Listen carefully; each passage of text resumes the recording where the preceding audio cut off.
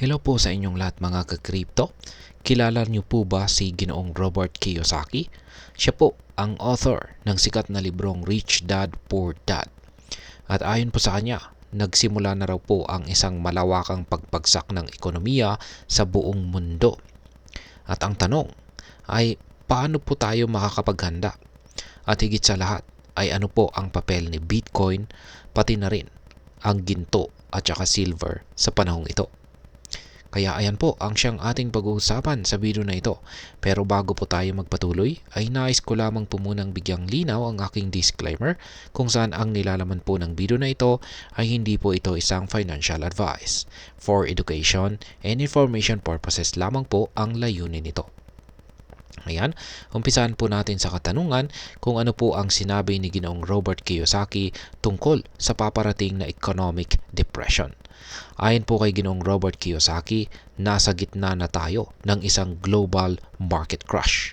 Sa kanyang post sa X or dating Twitter, sinabi po niyang ang ekonomiya ng Europe, China at US ay dumanas na ng pagbagsak. Dagdag pa rito, may posibilidad raw na pumasok tayo sa tinatawag na economic depression, isang matinding antas ng krisis kung saan maraming negosyo ang nalulugi, milyon-milyon ang nawawalan ng trabaho at bumabagsak ang mga pamilihan. Pinayuhan po niya ang mga tao na maghanda. Kaya yan, meron po siyang ilang mga payo rito. Una ay ang panatilihin ang ating trabaho at tiyaking matibay ang ating pinansyal na pundasyon. Yan, maliban dito ay mag-invest po sa mga hard assets tulad po ng gold, silver at saka Bitcoin. Ayan, dagdag pa niya rito ay alamin natin kung paano maaring maging pagkakataon ang krisis para sa pagyaman. Ngayon ay ano naman po ang kinalaman ni Bitcoin dito? Isa sa mga binigyang diin ni Ginoong Kiyosaki ay ang kahalagahan po ni Bitcoin bilang isang uri ng safe haven investment. Pero ano nga bang ibig sabihin nito? Sa panahon po ng economic depression o anumang malaking krisis sa ekonomiya, bumabagsak ang halaga ng fiat currencies tulad po ng dollar o piso dahil sa inflation. Si Bitcoin, dahil limitado po ang supply nito, ay maaring magsilbing proteksyon laban dito. Ito ang dahilan kung bakit marami ang tumitingin dito bilang digital gold. Ngayon ay kumusta naman po si Bitcoin sa panahon ng volatility?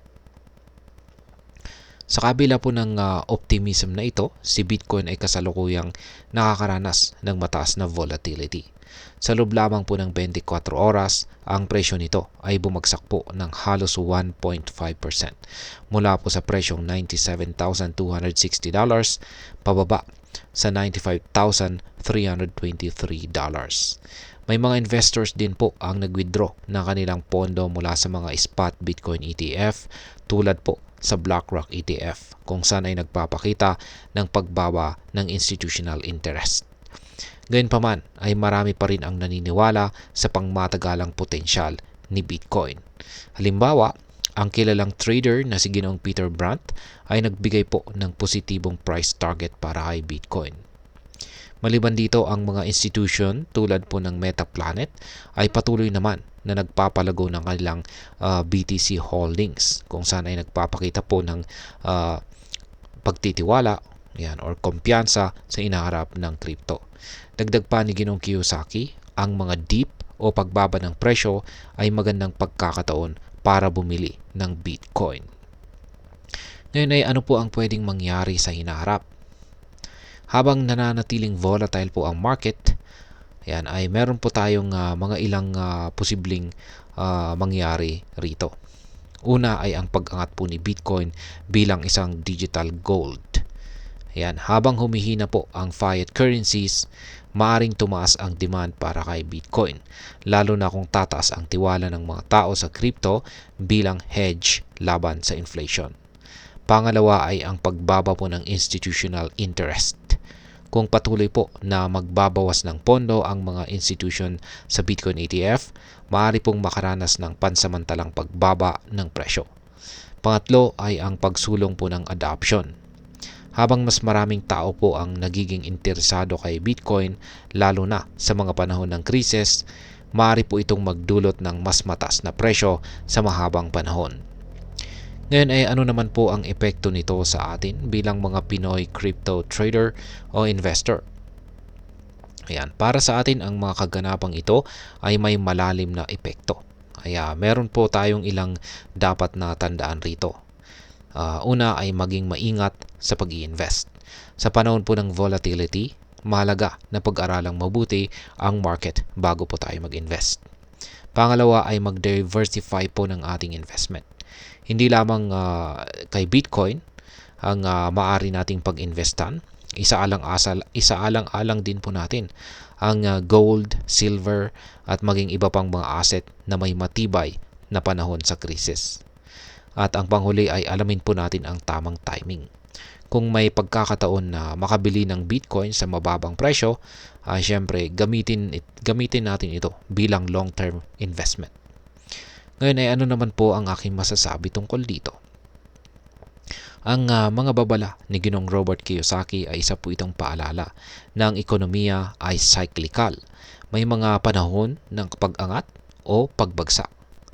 Ang mahalaga po ay maging handa po tayo at matutong mag-adjust. Si Bitcoin ay maaaring maging bahagi ng ating investment portfolio.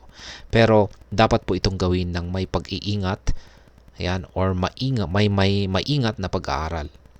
Sa huli, ang kaalaman at disiplina ang siyang magdadala sa ating tagumpay kahit sa gitna po ng krisis. Kaya't mag-aral, magplano at manatiling alerto sa mga balita sa market. At ayan, hanggang dito na lamang po tayo sa video na ito mga ka-crypto. Sana po ay inyong nagustuhan ang aking paliwanag sa video na ito. Kung inyo po itong nagustuhan, pakiclick lamang po ang like button nito. Marami pong salamat sa panonood. Ingat po tayo lagi at God bless po sa ating lahat.